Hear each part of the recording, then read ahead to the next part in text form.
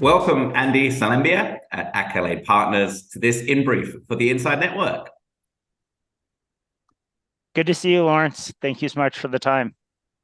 Delighted to host you again. Look, we were so happy with the experience over in Queenstown at the Investment Leaders Forum. So much rich content, but ultimately as well, an opportunity for you to come across and spend so much quality time with investment leaders from the advice community in Australia and New Zealand.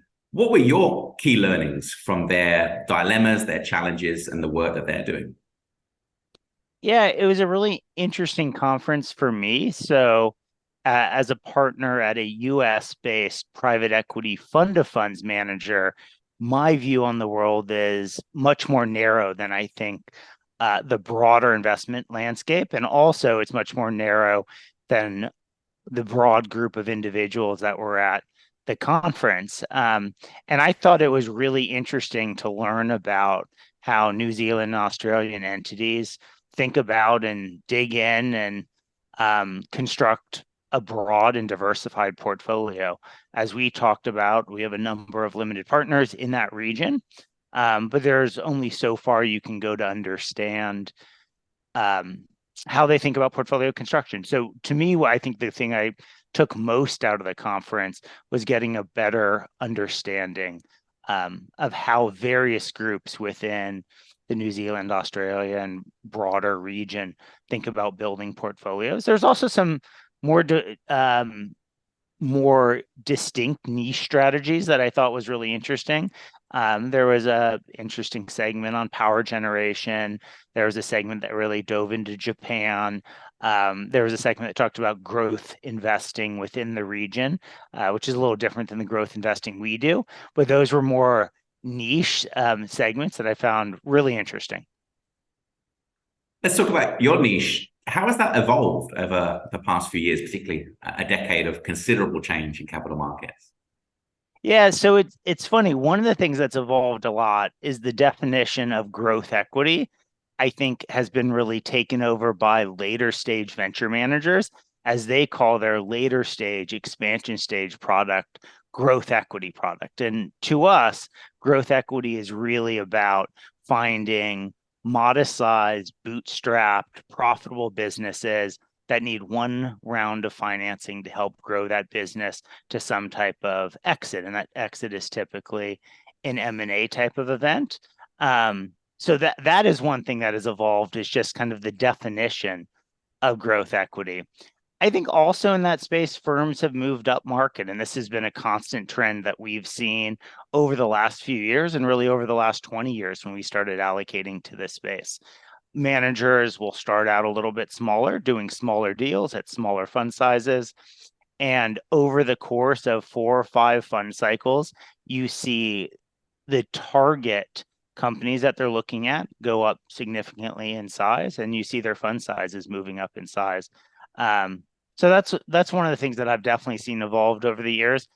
Also, capital in the space, I think, has been pretty consistent, and definitely over the last few years, there's more institutional LPs looking for newer groups that have an expertise in this area, and that are unique with a good track record, and capital is readily available there because people are very much targeting this space.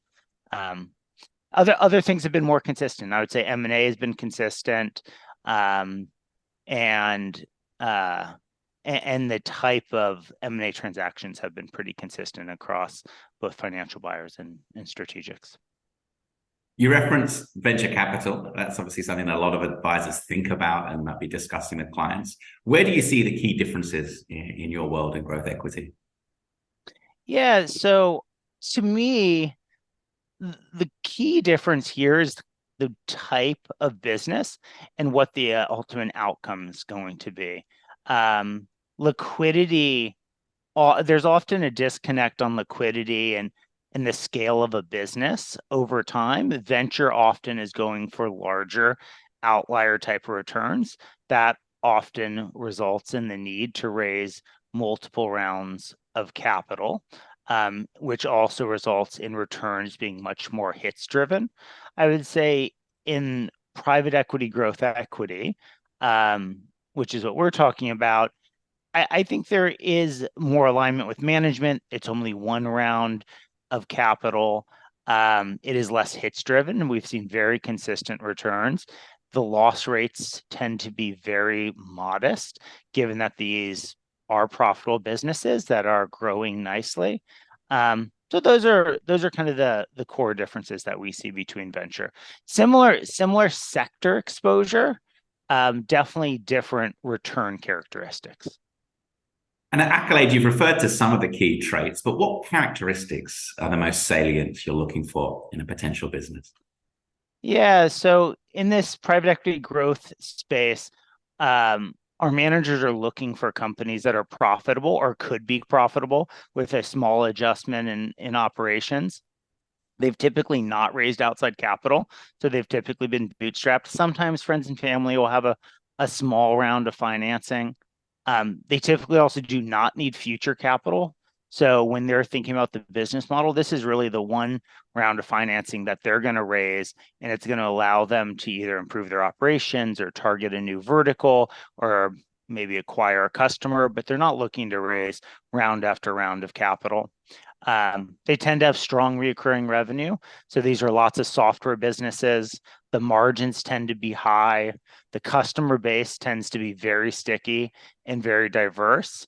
So like I said, often what we see is either vertical market or horizontal specialty market software businesses that are in this space. And what about the health of the IPO architecture and pipeline? Does that have any bearing on some of the exits that you're looking to achieve? Yeah, it's a great question.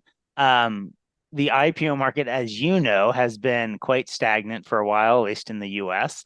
And it does not have as much of a bearing on the growth equity space, or really does not have much at all of a bearing on the growth equity space.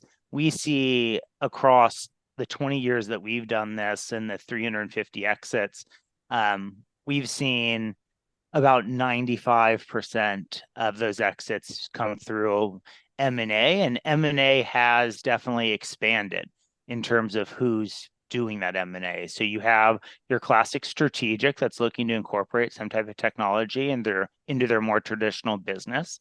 And then you also have the financial buyer, and that really takes two flavors. You'll see the big buyout firm just buy a company, or you also see a private equity backed company who will make the acquisition to do an add-on acquisition for that business. So like I said, the M&A market has clearly evolved in that space.